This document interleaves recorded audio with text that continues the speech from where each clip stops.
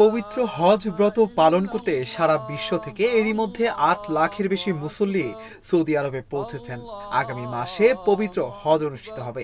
Saudi সরকার ইতিমধ্যে হজের সকল প্রস্তুতি সম্পন্ন করেছে।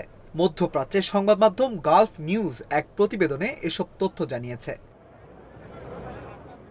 এই ঈদে জামা জুতো অ্যাকসেসরিজের ডিসকাউন্ট।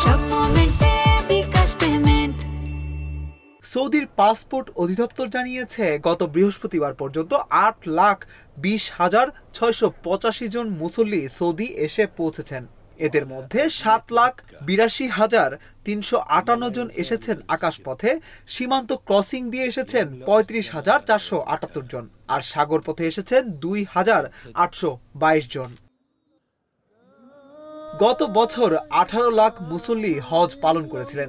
এদের মধ্যে বিদেশি ছাড়াও সৌদির নাগরিক ও দেশটিতে বসবাস করা মানুষ ছিলেন। তবে গত বছর অনেকে অনুমতি ছাড়া হজ করতে গিয়ে তীব্র দাবদাহের কবলে পড়েছিলেন। এতে প্রায় ১,৩০০ হাজির মর্মান্তিক মৃত্যু হয়েছিল।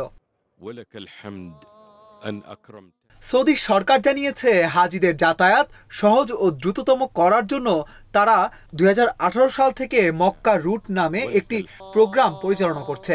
এই প্রোগ্রামের আওতায় রয়েছে Bangladesh, Malaysia, Indonesia, Pakistan, Morocco, তুরস্ক এবং আইভরি কোস্ট।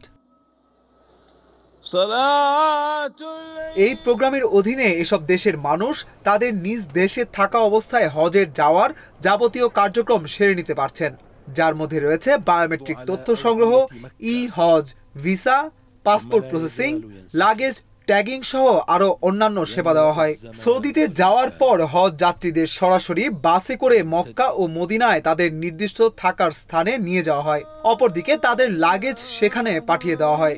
এতে করে লাগেজ টানার জন্য আলাদা ভোগান্তি পোহাতে হয় না।